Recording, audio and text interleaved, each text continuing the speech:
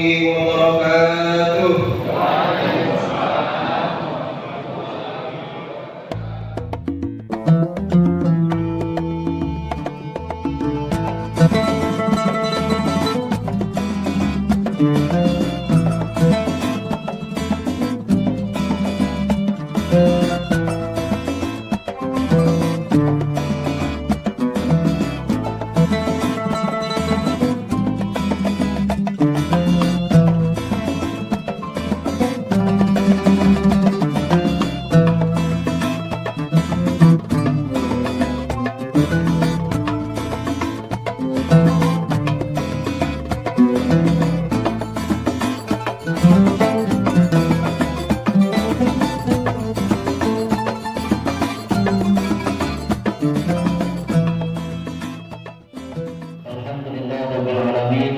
Assalatu wassalamu ala asyrafil anbiya'i wal mursalin wa ala alihi wa sahbihi ajma'in, amma ba'du.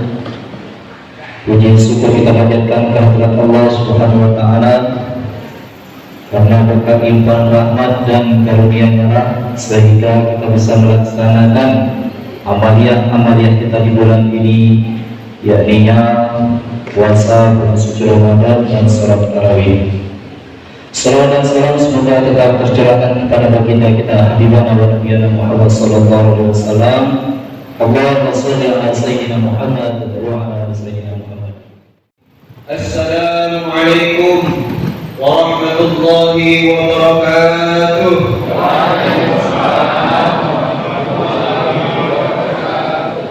Alhamdulillah, kelihatannya jamaah di sini semangat semuanya. Walaupun safnya ada 4 ya Pak ya. Alhamdulillah saya tinggal di BTN Kawi Simpang Jambi. Atau kira-kira 8 saf kalau sama ibu-ibu mungkin adalah mungkin 12 saf. Alhamdulillah ramai. Alhamdulillah, mudah-mudahan tarawih berikutnya di sini semakin banyak. Kita ajak keluarga kita, saudara kita untuk memakmurkan masjid-masjid. Bismillahirrahmanirrahim.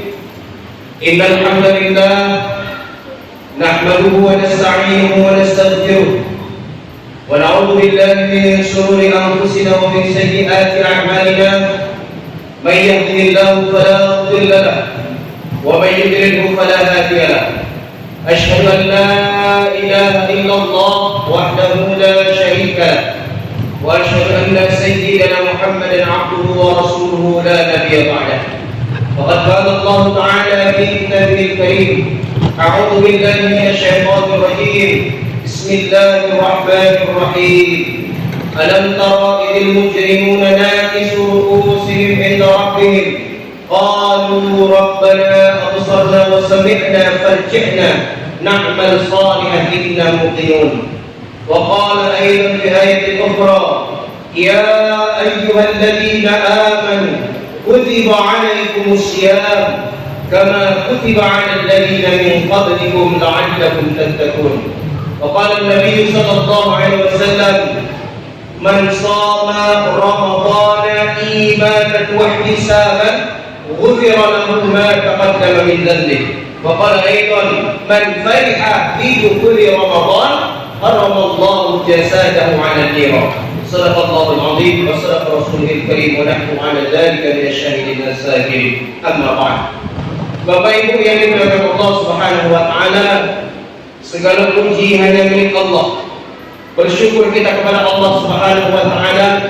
Allah Subhanahu wa taala masih memberikan kita nikmat kesehatan. Allah masih memberikan kita nikmat Islam.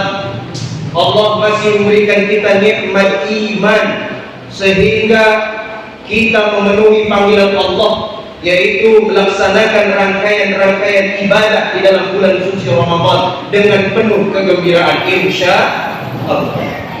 Mudah-mudahan kita semua di sini adalah orang-orang yang bahagia, orang-orang yang senang menghadapi bulan suci Ramadan. Karena bulan suci Ramadan ini penuh dengan keutamaan, penuh dengan fadilah-fadilah di dalamnya. Bapak Ibu yang dimuliakan Allah Subhanahu wa taala, kalau di bulan-bulan biasanya kita beramal mungkin pahalanya hanya 1, di bulan suci Ramadan ini dilipat gandakan berkali-kali lipat. Kalaulah di bulan Sya'ban, di bulan Rajab dan di bulan yang lainnya selain bulan Ramadan, kita membaca Al-Quran mendapatkan keutamaan 10 derajat dari satu huruf saja, yaitu alif misalnya. Di bulan suci Ramadan bisa dilipat gandakan, kata ulama 70 kali lipat, bahkan ada yang katakan 700 kali lipat. Di bulan-bulan biasanya kita membaca alif lam mim. Alif dapat pahala 10, lam dapat pahala 10, mim dapat pahala 10. Itu di luar bulan Ramadan. Nah, di bulan Ramadan dilipat gandakan menjadi 70 kali lipat. Bagaimana kalau kita disibukkan dengan Al-Quran? Berapa huruf yang kita baca, maka segitu banyaklah pahala dan keutamaan yang kita dapatkan. Bapak Ibu yang dimuliakan Allah Subhanahu wa taala, syahrul Ramadan syahrul Quran. Syahrul Ramadan syahrul siyam. Bulan Ramadan ini bulannya Al-Quran. Bulan tempat kita berpuasa. Bukan saja kita berpuasa menahan lapar dan dahaga, tetapi menahan dari segala macam yang membuat pahala puasa kita ini hilang. Berapa banyak di antara kita yang puasa hanya menahan lapar dan dahaga saja, tetapi mereka tidak memperhatikan apa-apa saja yang membatalkan pahala puasa itu sendiri. Nah, ini harus kita perhatikan, Bapak Ibu yang dimuliakan Allah Subhanahu wa taala. Kemudian banyak di antara kita menyamakan bulan Ramadan dengan bulan-bulan yang lainnya, sehingga kita lupa untuk membaca Al-Quran, untuk menghatamkan Al-Quran. Ya, minimalnya kita dalam satu bulan Ramadan ini sekali saja hatam Al-Quran. Ulama-ulama katakan sekali hatam Al-Quran itu saja kita sudah berleha-leha, sudah jauh daripada kategori orang-orang yang benar-benar mendapatkan fadilah dan keuntungan daripada membaca Al-Quran. Sekali hatam kita dikatakan bermalas-malas, kata ulama. Nah, maka daripada itu, mumpung kita masih hidup, kita masih bisa beramal, maka beramallah. Karena di bulan suci Ramadan ini dilipat gandakan berkali-kali lipat pahala. Kalau di bulan-bulan biasanya kita bersedekah, misalnya satu kita sedekahkan harta kita di jalan Allah, maka Allah membalasnya minimal 10 kali lipat. Dalilnya mana? Man jaa'a bil hasanati falahu asyru amsalihha. Barang siapa yang datang kepadaku dengan satu kebaikan, minimal aku membalasnya dengan 10 kebaikan. Ini dari Allah. Belum lagi di ayat yang lainnya. Perumpamaan orang-orang yang menafkahkan hartanya di jalan Allah, sebagaimana sebuah habba, sebuah ranting, ambatan sab'a sanabila bercabang menjadi 7 ranting. Fi kulli sunbulatin mi'atun habbah, dari tiap-tiap ranting yang 7 tadi bercabang menjadi 100 ranting. Wallahu yudha'ifu liman yasha', wallahu wasi'un 'alim. Itu kalau di bulan biasa. Macam mana kalau di bulan Ramadan? 700 kali lipat dikalikan 70, bahkan 700 kali lipat lagi dikalikan. Maka malaikat-malaikat Allah rusak kalkulatornya, Bapak Ibu. Bapak Ibu yang dimuliakan Allah Subhanahu wa taala, maka daripada itu hendaknya kita memperhatikan amalan-amalan kita di bulan suci Ramadan. Jangan kita anggap biasa baik kayak bulan-bulan yang lainnya. Maka daripada itu, salat beriring salam kita tak luput aturkan kepada baginda junjungan alam Nabiyana Muhammadin sallallahu alaihi wasallam. Bersalawat kita kepada baginda Nabi. Jangan pernah kita malas, jangan pernah kita bosan berselawat kepada Nabi. Di dalam sebuah makom hadis dikatakan, celakalah mereka yang tidak bisa memandang wajahku ketika hari kiamat. Maka Sayyidah Aisyah radhiyallahu anha berkata, ya Rasulullah, siapakah mereka yang tidak bisa memandang wajahmu?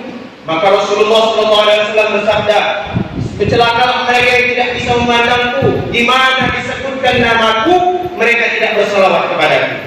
Maka jangan pernah bosan kita berselawat kepada Nabi. Dan yang kedua, selain berselawat kepada Nabi, kita hidupkan sunnah Nabi. Hari ini sunnah bukan lagi ditinggalkan, Bapak Ibu yang dimuliakan Allah, tetapi sunnah sudah menjadi bahan olok-olok, bahan ejek-ejek. Padahal sunnah Nabi ini adalah salah satu kecintaan kita agar Allah Subhanahu wa taala ridho kepada kita. Ada dalilnya di dalam Al-Quran. Qul in kuntum tuhibbuna Allah fattabi'uni.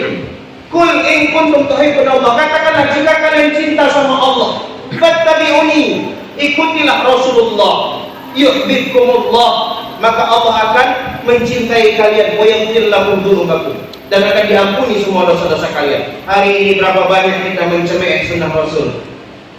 Koreksi diri kita masing-masing. Padahal di balik satu sunnah aja itu banyak sekali kejayaan Bapak Ibu yang dilakukan Allah. Bahkan disampaikan dalam sebuah hadis, Rasulullah SAW bersabda, "Man ahya sunnati faqad ahabbani." Barang siapa yang menghidup-hidupkan sunnahku, sungguh dia mencintaiku, kata Rasul. "Wa man ahabbani kana ma'iya fil jannah." Barang siapa yang mencintaiku, sungguh dia di surga bersamaku. Ibu-ibu mau di surga sama Rasulullah? Mau? Pelan nian suaranya, berarti tidak mau. Mau ibu-ibu? Bapak-bapak mau di surga sama Rasulullah? Perhatikan sunnah-sunnahnya. Tidak ada sunnah yang kecil Bapak Ibu yang dilakukan Allah. Semua sunnah Rasulullah itu besar. Mulai dari bapak-bapak melihara janggut. Nah, ini sensitif kalau kita cerita janggut. Lah itu orang janggut katanya. Sebenarnya bukan itu orang berjanggut, kita ikut Rasulullah Bapak-bapak yang dilakukan Allah. Maka kalau kita cinta Rasul, ikuti sunnah Rasulullah. Kalau dikaji secara kesehatan Bapak Ibu, orang-orang yang melihara sepertinya sepele janggutnya. Orang yang melihara janggut ini terhindar dari penyakit kanker mulut. Jarang sariawan. Demi Allah, demi Rasulullah, saya jarang sariawan semenjak menerapkan menghidupkan sunnah Rasul, salah satunya janggut. Kalau tak bisa menghidupkan sunnah Rasul yang namanya janggut, hidupkan sunnah-sunnah yang lain, tapi jangan membenci orang berjanggut. Bersedia Bapak-bapak insyaallah? Ya. Bersedia ibu-ibu insyaallah? Nanti sampai rumah apa orang berjanggut tadi ceramah di masjid itu. Bapak-bapak ibu-ibu yang dimuliakan Allah Subhanahu wa taala, kemudian yang perlu kita perhatikan ketika bulan Ramadan adalah sholat. Sholat. Berapa banyak orang hari ini dia puasa tapi meninggalkan sholat? Betul atau betul? Banyak Bapak Ibu sekalian. Bapak Ibu yang dimuliakan Allah Subhanahu wa taala, padahal sholat ini adalah amalan yang paling utama. Dikatakan dalam sebuah hadis, "Inna awwala ma yuhasabu bil 'abdu yaumal qiyamah as-shalah, fa in salahat salaha sa'iru amali, fa in fasadat sa'iru amali." Sesungguhnya amal kebaikan yang nanti akan dihisab pertama kali di hadapan Allah di hari kiamat adalah salat. Fa in fasadat, apabila salatnya ini rusak, maka ditolaklah semua amal kebaikan. Zakat ditolak, puasa amalannya ditolak, sedekah kita ditolak karena rusak salatnya. Fa in fasadat, kalau benar salatnya maka diterima seluruh amalnya. Mudah-mudahan kita semua di sini bukan hanya menjadi orang-orang yang menunaikan sholat, tetapi mendirikan sholat. Kalau orang mendirikan sholat, pasti dia sudah tepat pada waktunya. Kalau menunaikan, mungkin bisa saja diulur-ulur. Betul apa betul ibu-ibu? Nanggung apa Ustaz, sinetronnya belum selesai, bentar lagi lah. Diulur-ulur, jangan sampai begitu. Ya, padahal di dalam sebuah makam hadis dikatakan, kalau kita tahu ancaman mengulur-ulur waktu sholat, siapa saja yang mengulur-ulur waktu sholat satu kali saja, satu waktu saja, mengulur-ulur waktu sholat, maka ia akan tertahan di mahsyar satu hukum. Maka para sahabat bertanya, berapakah satu hukum itu? Maka seorang sahabat menjawab, satu hukum itu 80 tahun. Satu hari di dunia 1000 tahun, dan bahkan sebaliknya, ka'alfi sana, ka'hamsina alfi sana, sebagaimana 50.000 tahun. Jadi kalau dikali-kalikan, orang yang mengulur waktu sholat satu waktu saja, atau meninggalkan satu waktu saja dengan sengaja tanpa uzur syar'i, maka ia akan bertahan di dalam api neraka selama 28.800.000 tahun lamanya. Itu satu waktu. Bagaimana kalau 5 waktu? Na'udzubillah min dzalik, begitu banyak dosa kita. Maka daripada itu perhatikan sholat kita. Apalagi bagi bapak-bapak ini, perhatikan sholat yang diterima adalah sholat berjamaah. Rasulullah tidak pernah mencontohkan sholat di rumah masing-masing, kecuali sholat sunnah. Bapak Ibu yang dimuliakan Allah Subhanahu wa taala, ada dua pertanyaan Allah kepada ahli neraka ketika di dalam api neraka. Yang pertama, ma salakakum fis saqar? Qalu lam nakun minal musallin. Apa yang menyebabkan kalian tersangkut di dalam saqar, dalam api neraka? Maka mereka menjawab, kami belum menjadi bagian orang-orang yang mendirikan sholat. Yang kedua, Alam yahdikum nadhir. Bukankah telah datang peringatan kepada kalian? Maka mereka menjawab, qalu bala qad ja'ana nadhirun fakadzabna. Benar ya Allah, telah datang peringatan kepada kami, tetapi kami mendustakannya ya Allah. Ya Allah, kembalikan kami ke dunia 5 menit saja, semenit saja ya Allah. Ingin sholat, ingin merintahkan anak istri yang belum tutup aurat ya Allah, ingin membelanjakan harta di jalanmu ya Allah, masih ada ya Allah yang belum dibelanjakan. Maka Allah katakan, kalla, tidak akan sekali-kali engkau kukembalikan ke dunia. Alam ya'tikum nadhir, bukankah telah datang peringatan kepadamu kata Allah. Maka mereka berputus asa dari rahmat Allah Subhanahu wa taala. Maka mereka merasakan begitu pedihnya siksaan api neraka. Mari kita sama-sama ambil iktibar daripada ayat-ayat Allah ini. Bapak Ibu yang dimuliakan Allah Subhanahu wa taala, sekali lagi mari kita sama-sama perhatikan keutamaan beramal di bulan suci Ramadan ini. Jangan sampai bulan suci Ramadan ini sia-sia lewat begitu saja. Mudah-mudahan kita semua menjadi orang-orang yang bertakwa. Amin ya rabbal alamin. Sekiranya ini yang bisa saya sampaikan. Terima kasih atas segala perhatian. Mohon maaf atas segala kesalahan, kelancangan, kekasaran kata-kata saya. Ada baiknya dan dari Allah Subhanahu wa taala, kekurangan dari kebodohan saya. Billahi taufiq wal hidayah. Assalamualaikum warahmatullahi wabarakatuh.